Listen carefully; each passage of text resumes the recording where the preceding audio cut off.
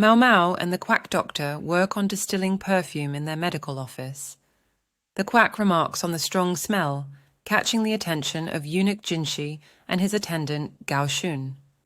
Mao Mao offers them tea snacks and informs them that the perfume oil can potentially abort a pregnancy, making regulations unnecessary. She also reveals that they are distilling alcohol for sterilization purposes.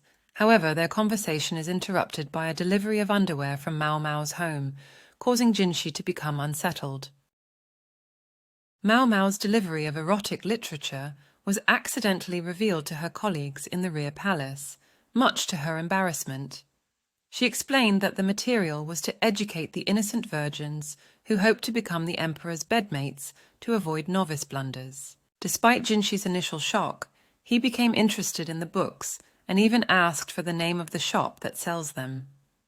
Mao Mao suspected that he might use this knowledge to start a new business venture to increase people's income and invest tax money. Meanwhile, Gao Shun checked the contents and found that some required censorship due to their explicit nature, which prompted Mao Mao to reluctantly hand him the most lurid material.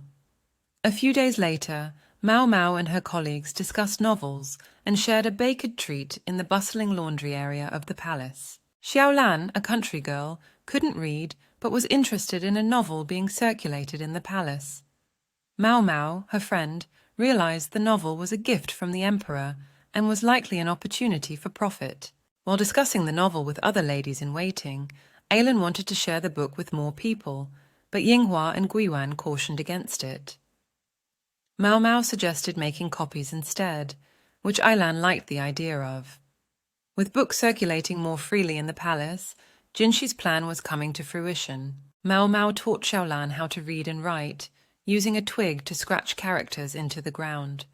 Xiaolan was eager to learn, despite her love for snacks. She had been inspired by a woman who had been reading stories to her, but eventually her voice gave out. The woman had agreed to make copies of the books if the illiterate palace women made an effort to learn to read. Mao Mao encouraged Xiaolan to focus on writing, as it opened up more job opportunities. Xiaolan was already halfway through her 2-year service contract and wanted to plan for her future. Mao Mao made the lessons more intense, teaching her words like Dong Chong Xia Kao, caterpillar fungus, and Manteluo Hua, thornapple, but later replaced them with more ordinary terms. Princess Lingli is growing stronger day by day. Mao Mao, despite not liking children, finds her endearing. Consort Gyokuyu suggests taking Lingli for a walk outside. Mao Mao agrees, as it would benefit her health, and they are granted permission. Lingli, accompanied by 2 eunuch guards, and Mao Mao with Hongniang, explores the palace. She becomes excited and curious, causing detours along the way. They hear an odd sound and see a small ball of fur, which Lingli wants to catch. Their helper, a ditzy palace woman, catches the small animal and hands it over to Mao Mao. It's a kitten, and the princess is enamored. Princess Lingli fell in love with a stray kitten and begged Mao Mao to keep it. Despite the uncleanliness of the animal, Mao Mao couldn't let it die. They took the kitten to the medical office, where the kind-hearted quack doctor helped nurse the animal back to health. They named the kitten after the princess and gave it a sandbox to use as a toilet. As the kitten grew stronger, Mao Mao worried about what would happen when it was time for the princess to play with it. But with the help of Jinshi and Gao Shun, the kitten was given dried fish to play with, and the quack even set up a pot for cooking it. Finally, Lingli would be able to play with her beloved kitten without any scratches or escapes. Jinshi inspects a kitten and is relieved to discover that it is not male. Mao Mao becomes apologetic after a questionable remark, but Jinshi reassures her. While Mao Mao scrounges for snacks, Jinshi entertains himself with the kitten and teases Gao Shun. Mao Mao explains the appeal of cats, but Jinshi remains unmoved until the kitten inevitably steals his heart. Eventually, the kitten is given an official title and a name that eerily sounds like Mao Mao. As the season changed, the ladies-in-waiting worked hard to switch out the old wardrobe for new clothes. While sorting through the consort's old clothes, the ladies-in-waiting discussed the news of new women coming to the palace. A caravan was also set to arrive soon, and the excitement was palpable as the women eagerly awaited the opportunity to buy new clothes. However, the chief lady-in-waiting was not pleased with the amount of talking happening instead of organizing. Despite the lack of shops in the palace, the women found joy in the caravan, even if they weren't able to purchase anything themselves. The lowest-ranked maids were only given work uniforms, but Xiaolan still wished for new clothing. Meals were served in the dining hall every day, and life in the rear palace was much like living in a giant household. The ladies-in-waiting in the rear palace were excited for the arrival of a caravan carrying exotic goods. Some of the higher-ranking consorts had been granted shopping money, but Xiaolan, who had no powerful connections, had to wait until the other ladies had gone through the wares to find anything she could afford. The sanitation in the rear palace was excellent, preventing the spread of illness, but when anyone did fall ill, they were sent back to their family.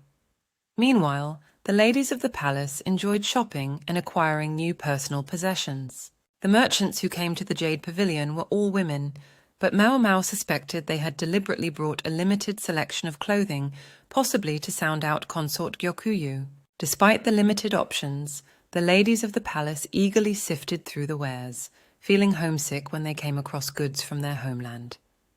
Mao Mao and Xiaolan went to the market with some spending money from Consort Gyokuyu. Xiaolan was enamored with Western glasswork, but Mao Mao was more interested in tea and spices. She stopped at a shop selling jasmine tea, but it was almost sold out. Another palace woman arrived and pointed at the same bowl. Mao Mao recognized her, but couldn't remember where. The girl was surprised and excited to see Mao Mao.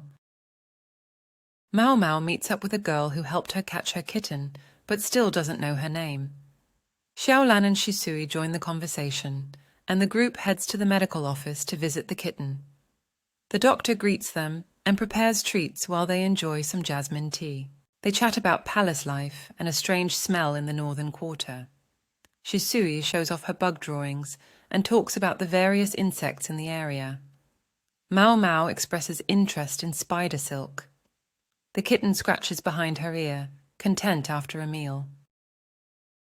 The caravan's trend of perfumed oil had swept through the palace, leaving Mao Mao's keen sense of smell a bit overwhelmed.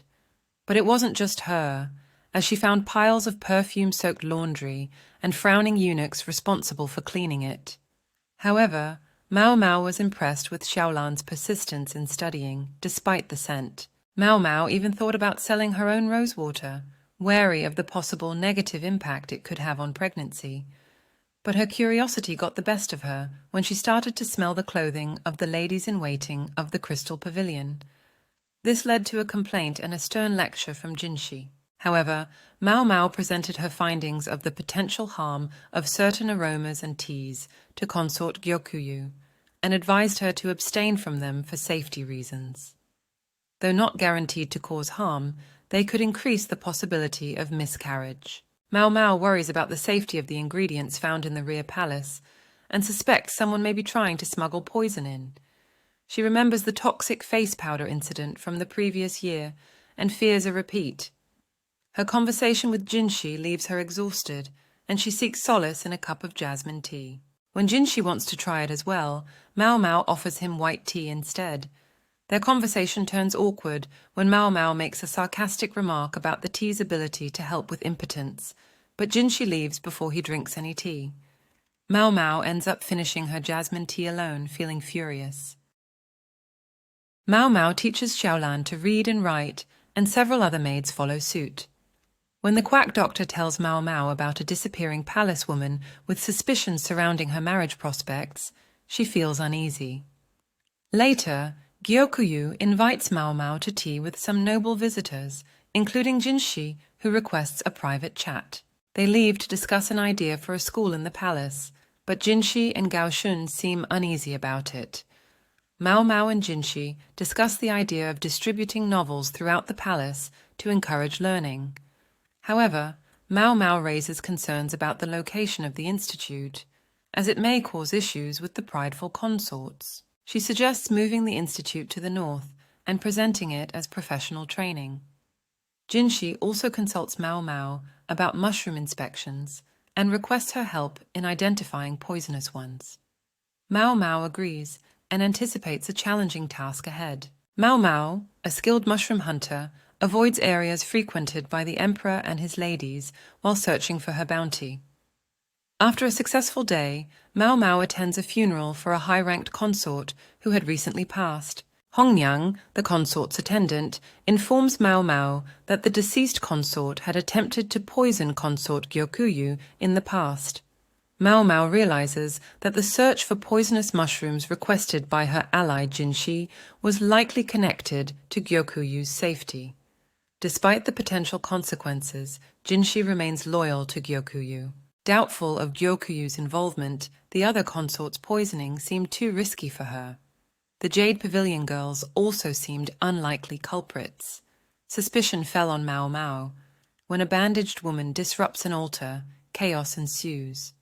Uncovering a swollen and half-bald dead woman, the intruder gloats and is restrained, laughing. Familiar burn-like wounds leave Mao Mao puzzled. Mao Mao discovers that a low-ranking consort was responsible for causing chaos at a funeral. This consort had fallen ill with a mysterious illness a year ago, causing her face to swell and her hair to fall out. Mao Mao suspects that a red mushroom was responsible for both the illness and the death of the middle consort. She and her allies prepare to handle the deadly mushroom, taking precautions to protect themselves from its poison. Mao Mao uncovers the mushroom's location in a neglected grove in the north, where it has begun to thrive. Though dangerous, Mao Mao considers herself lucky to have discovered it before it caused more harm. Mao Mao experiments with poisonous mushrooms and accidentally brushes against one, causing her skin to swell. Later, she discusses the cause of death of consort Jin with Jinshi and Gao Shun. Jinshi reveals that the middle consort had been ill for a year before her death and had been disfigured after using the poisonous mushroom on herself. Mao Mao analyzes the situation and suspects that the mushroom was rubbed directly on Jin's face rather than eaten. Mao Mao spends 3 days searching for evidence and ultimately receives a tip that confirms her suspicions. 3 eunuchs meet with her to help in her investigation, with Gao Shun among them. Jinshi is absent due to prior engagements. Mao Mao enlisted men to help her search for evidence in the grove, and they eventually found a buried corpse, likely that of consort Jin. Mao Mao suspects foul play and believes that a missing palace woman may have been involved in the cover-up. Gao Shun questions her about her recent mushroom collection, but disposes of them all when he discovers they were found near the corpse. Mao Mao was surprised to find a full-length mirror made of glass in the Jade Pavilion. It reflected perfectly, unlike the typical bronze mirrors. It was brought by a visiting embassy, a sign that a major trade deal might be on the horizon. The next day, Gao Shun sought Mao Mao's advice on a strange case where a young woman became pregnant without any male intervention. Mao Mao suggested that the symptoms may be an illusion caused by a persistent belief, which can even happen to animals. As Mao Mao shares her findings with Gao Shun about the young woman's escape, she realizes something is amiss. With the help of Hong Niang, they discover that Master Jinshi is allegedly collecting precious medicines, causing a delay in Mao Mao's request. Gao Shun then gives Mao Mao Bergol, which she appreciates. Mao Mao later conducts an experiment with a brass plate, revealing a hypothesis that there may have been a large mirror in the annex, where the young women did their embroidery. This hypothesis would require a valuable mirror, but Mao Mao just might know where to find one. Mao Mao suggests that the guard may have mistaken a reflection in the mirror for a second woman in the room. Hong Niang is intrigued and asks about the embroidery. Mao Mao explains that the pattern may have just appeared reversed in the mirror. Gao Shun agrees, and they contemplate how the mirrors were brought by envoys from a far land, and how a woman slipping out and getting pregnant may have been hiding a deeper secret. Mao Mao thinks about how to use the bear gall in her possession. Mao Mao learns that rumors can transform into shared lore or myths. Jinshi requests her help in locating a woman rumored to be a moon spirit with tears of pearl. The request is a personal one from the visiting embassy, who wants to meet this ethereal beauty. Mao Mao knows exactly who this woman is, an old madam with a cunning personality. The envoy in question is a woman, which poses a diplomatic problem. Jinshi considers mixing a hallucinogen in the perfume, but Mao Mao suggests finding out what might have happened during the long-ago visit. The old madam arrives and tells them about the time they entertained a special envoy from another country, which occurred 50 years ago. In a certain pleasure quarter, there used to be a highly sought-after courtesan. The emissary from a distant land was coming, and they needed to impress him. They chose the ruins of a building as the venue for the reception, and the courtesan was called to perform.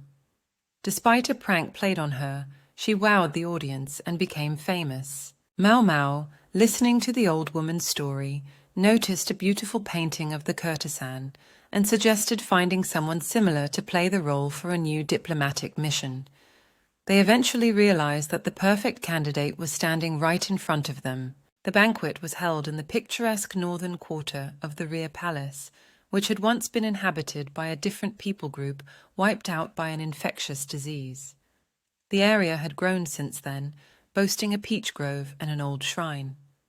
Mao Mao met Shisui, who showed her a rare moth pupa she had found.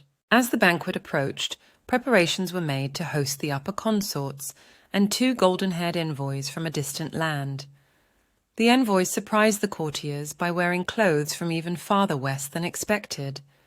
The banquet is in full swing, with beautiful women from both sides attracting attention. The envoy ladies from the other country are causing quite a stir with their unusual features and confident attitudes.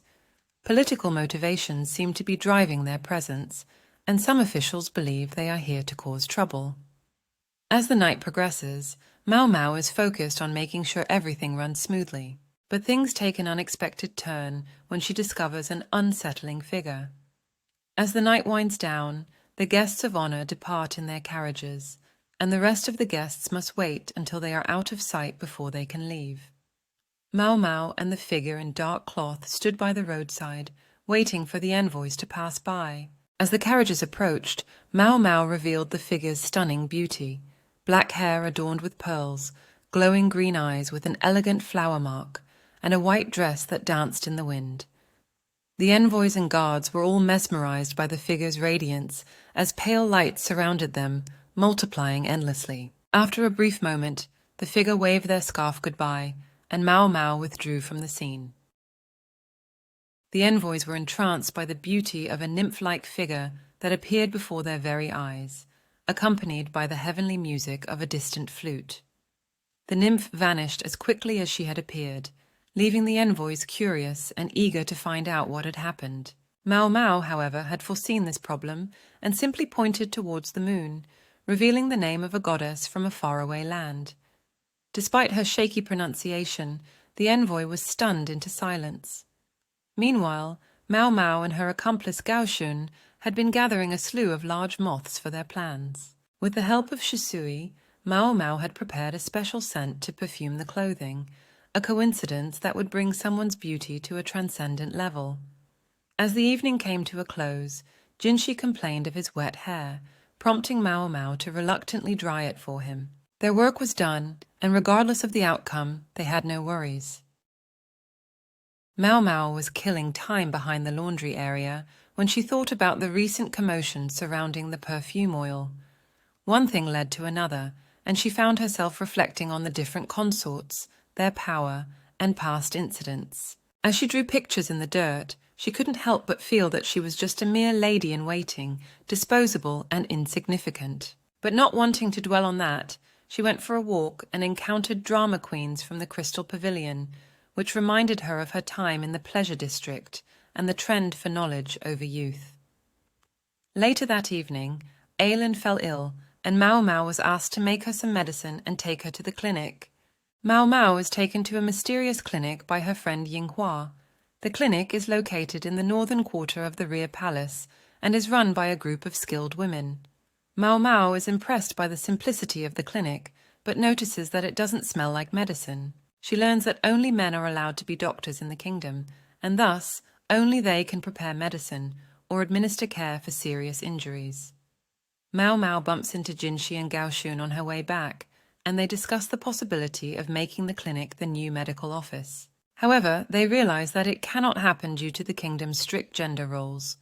Mao Mao is able to make medicine, but is limited to using only the herbs and supplies available within the palace. The ladies-in-waiting cannot help due to strict regulations. Alcohol is used as a disinfectant, and the clinic is only able to provide basic medical care. Jinshi worries about the future and the lack of young eunuchs to replace the aging ones. Mao Mao accidentally has an inappropriate thought, and Jinshi leaves to handle business. The next day, the palace woman summoned Mao Mao to the clinic. They were given tea by Shenlu, a well-educated lady, and were asked to make medicine for a maid in the wise consort's residence. Mao Mao was hesitant, but intrigued by the story of the desperate maid with an unsettling cough. Despite knowing it could only bring trouble, she agreed to help. Mao Mao learns of a sick maid and is determined to investigate, despite needing permission to enter the palace. She finds a lizard's tail and plans to study how it regrows. Her friend Yinghua faints from shock. In the palace, a commotion arose as a doctor and a palace woman arrived unannounced. Xin, the chief lady-in-waiting, was suspicious of their intentions. When asked to see the wise consort, Xin refused, but a letter from the eunuch Jinshi allowed them entry. As they passed a storage shed, the palace woman began to act strangely and accused Xin of wearing perfume. Xin recognized her as a troublemaker who had caused chaos before. The woman's predatory gaze made Xin uneasy, and she eased away cautiously. The doctor rushed to the garden, trying to reach the storage shed, but Xin was blocked by an unpleasant woman. She managed to pursue the eunuch, but was too late. The maid was sick, and Xin was isolating her, but a visitor, Mao Mao, accused her of using the sick woman to disguise the aroma of forbidden perfumes. In the reception room, the people were brooding, and Lihua's chief lady-in-waiting was accused of possessing the forbidden substances, attempting to use them to make a concoction. The crime was twofold, and her isolating of the maid was not considered an offence. With only one medical officer for the entire rear palace, maids often weren't seen immediately. The medical office was practically a cafe for them, but there was trouble brewing when a serving woman was moved to the clinic. Not everyone liked women taking charge of medical care. Jinshi was investigating the matter, but not getting much from the chief lady-in-waiting, Xin. But when Mao Mao made a bold accusation, Xin's desperation was apparent. However, Consort Lihua stepped in and dropped a bombshell. Xin had always been envious of her and was willing to go to extreme lengths to hurt her. The tension between the women escalated until Xin threw a bottle at Lihua, but Gaoshun was quick to prevent it from hitting her. This was the start of a tumultuous chain of events that would rock the palace to its core. Xin's harsh words spewed like venom towards Gaoshun, who had restrained her. She cursed him for being a eunuch and called him unclean. Mao Mao couldn't help but think that Xin was one of a kind. When Xin paused, Mao Mao teasingly commented on her love for the status of mother of the nation, unlike consort Lihua. Xin was left speechless as her envy for Lihua became clear. When Lihua slapped Xin, it was no surprise to Mao Mao. Consort Lihua shocked everyone by releasing Xin, the chief lady-in-waiting, from service for being abusive towards her mistress. Lihua even had to raise her hand against Xin. Despite being stunned by the slap, Xin received mercy and was not allowed in the rear palace again. Mao Mao was impressed with Lihua's handling of the situation. Later, Jinshi praised Mao Mao for locating the sick woman in the crystal pavilion, but Mao Mao knew all along and identified the sick room by the white flowers. The sick woman was transferred to a better place for her health, thanks to Lihua's generosity. Long ago, a woman named Wang Mu, also known as the Mother Royal, arrived among a people without a leader. She was said to have been an immortal with exceptional vision. The woman gave birth to the Son of Heaven, who eventually became the first emperor, after she had taken up residence among them. Mao Mao disguised herself as a palace woman to attend a lesson in the rear palace's Institute of Practical Studies, where Jinshi had recently established. Xiaolan was one of the students. After the lesson, they visited the teacher's office, and Mao Mao asked about the old shrine they'd passed by. It was said to have been built by the original inhabitants of the land, and anyone who wanted to rule it had to pass a test there. The shrine hadn't been used in decades, and the eunuch speculated about its future use. He mentioned an epidemic in the past that had killed off many male children and infants, leaving the imperial line with no potential successors. The previous emperor was the youngest son of his parents, leaving some to speculate that the Empress regnant had something to do with the epidemic. Mau Mau becomes intrigued by the rites of passage and learns about an old doctor named Luomen who used to wander the palace. His Majesty suddenly takes interest in the Shrine of Choosing and takes Mau Mau and Jinshi with him. They go through numerous doors with different colors and riddles until they reach a final one that rejects the emperor. The old eunuch overseeing the shrine still bears some pride and secrets. The group leaves the room, with Mau Mau deep in thought about why the emperor was rejected. She counts the number of rooms and the doors he chose, but can't figure it out. The eunuch hints that her adoptive father would understand, frustrating Mau Mau. She wonders if Luomen's knowledge in medicine may be the key. The emperor asks about the phrase, "I am not a child of the mother royal," and Mau Mau begins to suspect that the answer may lie in the paternal line. She asks Jinshi about the previous emperor's brothers and inquires about poor eyesight in the imperial line. Mau Mau suggests revisiting the shrine, but the eunuch teases her about being too scrawny to be a princess. The emperor suggests making her a consort, causing Jinshi to look perturbed. They go back to the shrine where Mau Mau chooses the blue and white doors, surprising everyone. They arrive at the 10th chamber and read a new message. Jinshi and Mau Mau entered a shrine with 3 doors, none of them red. Jinshi was confused, but Mau Mau knew that the green door was the one to choose. They found a staircase, climbed it, and reached the roof of the shrine. The old eunuch greeted them and informed them that they had chosen the proper path. The shrine was built to inspire a sense of gazing down on all around. Those chosen by the shrine would become emperors and were known as children of Wang Mu. To prove themselves, they had to choose the right door in each room. The final riddle tested candidates on their ability to distinguish colors. Wang Mu had brought an inability to distinguish color to the country, and it was said that people with this trait had night vision. Wang Mu's story was written down and became the truth over time. In the end, Mau Mau clarified that the shrine existed only as a way of being certain that Wang Mu's blood was present. It did not prove that someone didn't have her blood. Mau Mau explains the possible dangers of maintaining pure bloodlines. The old eunuch applauds her intelligence and suggests the emperor take her into his retinue, but the idea is quickly dismissed due to political issues and unrealistic bust size requirements. The old eunuch warns them to be wary of something, but Mau Mau decides ignorance is bliss. Little did she know, she would later regret that decision. Mau Mau discovers she has been punished by Hong Niang and Ying Hua, who don't believe that she stopped collecting bugs and lizards. Despite their doubts, Mau Mau insists she's not collecting anything. Xiaolan suggests that Shisui may have been spreading false rumors about Mau Mau. Mau Mau bribes some palace women with a handkerchief that has a faint scent of Jinshi's in exchange for information about where Shisui might be hiding. She finally finds her in the northern groves and contemplates the flowers growing there. Mau Mau is plagued with questions about Shin's attempted miscarriage drugs. She wonders if the ingredients were given to Shin on purpose, and if the person responsible is still in the palace. Mau Mau is interrupted by a girl named Shisui, who loves bugs and has a particular interest in a type of insect that vibrates its wings. As they talk, the Empress Dowager passes by, and Mau Mau can't help but crouch behind a pillar in respect, forgetting that she's already forgotten to show respect to higher-ups lately.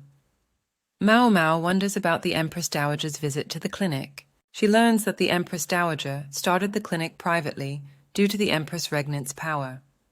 There is no more slavery in the land, but it has simply adapted to new social standards.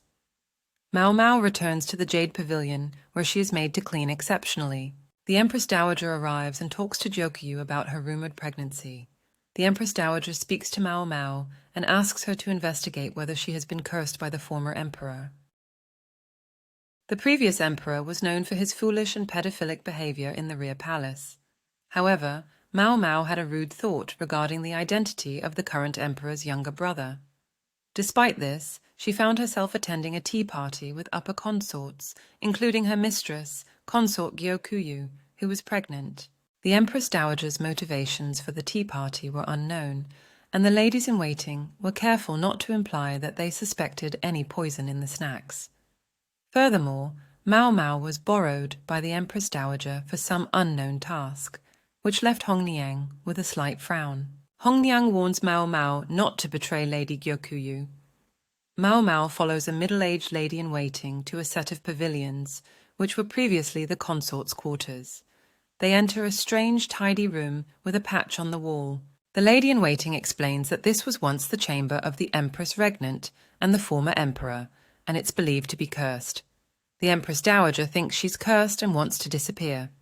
His former Majesty's body did not decompose and appeared unchanged after a year in his mausoleum. Mao Mao is asked to investigate the matter before the building is demolished. She stays at Jinshi's residence and secures permission from the emperor. Mao Mao is worried that Hong Niang will be angry with her for investigating the matter. Mao Mao, unsure of her position, found herself in Suiren's quarters. Suiren handed Mao Mao a change of clothes, and Mao Mao looked through her collection of books. She stumbled upon a small box which contained Jinshi's childhood toys, and even a drawing. After examining a stone in the box, Mao Mao declared it toxic. The next day, Mao Mao is allowed into Jinshi's room with the Empress Dowager and herself, where she notices hardened brushes and questions if the former emperor had an interest in painting. The Empress Dowager shares how the former emperor painted her once, claiming it was a secret. Everyone is left surprised, and Jinshi trembles slightly, barely masking his emotions. Mao Mao was tasked with finding the truth behind the curse by the Empress Dowager. While examining the former emperor's room, she found evidence of his secret hobby, painting. The lady-in-waiting who served the Empress Dowager shared that the former emperor was always attended by the same man, who Mao Mao wanted to speak to about finding paints in the room. The old man, who was once a state slave, was unable to speak, but Mao Mao noticed him trembling as she peeled off the wallpaper, revealing a painting that tugged at her heartstrings. The painting was made with a toxic pigment, arsenic, whose preservative effect prevented the body from rotting. Mao Mao realized that the former emperor had been slowly poisoned over time, while he indulged in his base pastime of painting. Mao Mao explores the emperor's secret room and discovers his hidden paintings. She contemplates the emperor's painting supplies and wonders where he could have gotten the paper and pigments. Mao Mao realizes the painting subject is an adult woman whom the Empress Regnant protected from her son's unfit reign. Meanwhile, Anshi discovers that the faded woman in the painting is her. Anshi remembers how she became pregnant with the emperor's child and became Empress Dowager after his death. She reflects on the dangerous life she lived in the rear palace, where many girls like her arrived to draw the emperor's interest. Anshi believed that the emperor only had thoughts for his mother or girls who wouldn't challenge him. She did not belong in his world. When her second child was born, there were rumors of illegitimacy, but Anshi laughed it off. The emperor had painted her once, but she had no need for him anymore. She cherished a painting of herself, but had it thrown away. Anshi began to realize something she hadn't before, and spoke with her companion Jinshi about it. They discussed a golden stone and a painting of a woman in delicate colors. Anshi chose not to pursue the question further. Anshi changed the subject, remarking on the palace woman the protagonist had become involved with. The protagonist could hear the undertones in Anshi's voice, sensing he found the woman to be useful. Though the protagonist had spent years watching him, surviving on the battlefield, she cautioned him about displaying favorites too openly. Anshi left, and the protagonist retired to her own room. The new palace women arrived, but Mao Mao struggled to connect with them. She clung to her storage shed in the Jade Pavilion, filled with herbs and tools, until Chief Lady-in-Waiting Hong Niang intervened. Mao Mao was allowed to do as she pleased with the shed, and she happily dove into her work. Later, Yinghua invited her to a gathering in a dilapidated building in the rear palace's northern quarter. At the gathering, Mao Mao listened to scary stories with other attendees, including Shisui. Though frightened, Yinghua insisted on attending. As half the women finished their spooky tales, the room grew darker as flames were extinguished. When it was the seventh woman's turn to share, Mao Mao didn't seem too affected by her story about cursed woods, but it left everyone else shivering. Next, Shisui took the floor to tell a story about a monk stopping at a peasant's home. While the couple welcomed him, the monk couldn't shake off the strange noises he heard. The woman's sudden mood swings and hatchet-wielding behavior frightened him even more. As the night wore on, Mao Mao found herself at a scary story gathering. Shisui told a ghostly tale, captivating the attention of everyone in the room. Mao Mao was next, but struggled to come up with anything truly compelling. When the last storyteller finished, Mao Mao realized there were 13 attendees, not 12. As the hostess prepared to throw the final light in the brazier, Mao Mao opened the window to let in fresh air, realizing too late that everyone had been breathing in dangerous gases. After helping some of the affected attendees, Mao Mao apologized to the hostess, who was nowhere to be found. Shisui then asked about the secret of Mao Mao's story. Mao Mao revealed that there was a fungus called the moonlight mushroom, which looked like a regular oyster mushroom, but was poisonous. This could have been what the mother and child had unknowingly gathered, mistaking it for food in a forest filled with dangerous flora. As the woman and her child returned home with their moonlight mushroom harvest, the glowing fungus ceased to shine under the light of their lantern. However, Mao Mao couldn't shake the thought of what would happen if someone severely malnourished consumed the potentially lethal mushroom. The woman's final words seemed to be aimed at exacting revenge on her unhelpful neighbors, rather than a warning about the poisonous mushrooms. Shisui didn't seem fazed by the story and cheerfully went on her way. Yinghua, on the other hand, was brave on the journey back, but became fearful again when Hongliang revealed the history of the deceased hostess of the storytelling event. Mao Mao found the whole situation puzzling, but relieved that they didn't become the 13th story. Mao Mao was asked to attend a meeting with consort Gyokuyu, where Jinshi requested to borrow her.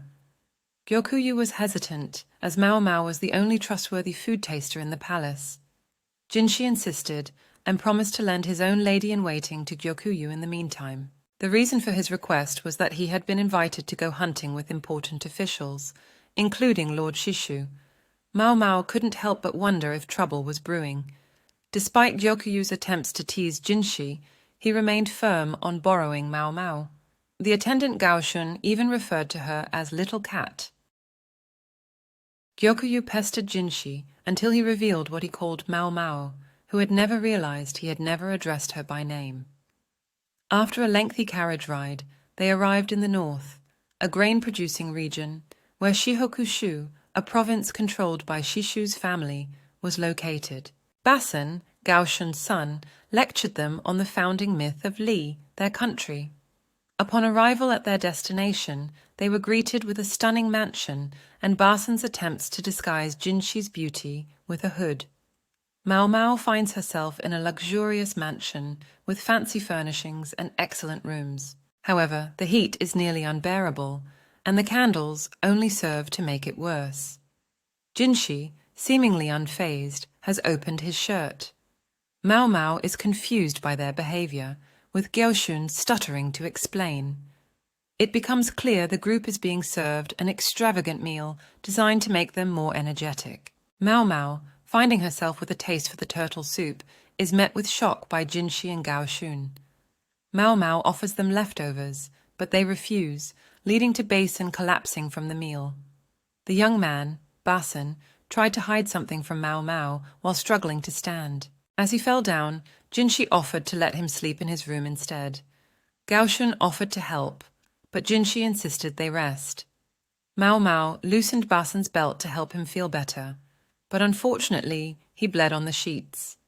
Later, Mao Mao was given her own room and bath, a luxury she appreciated.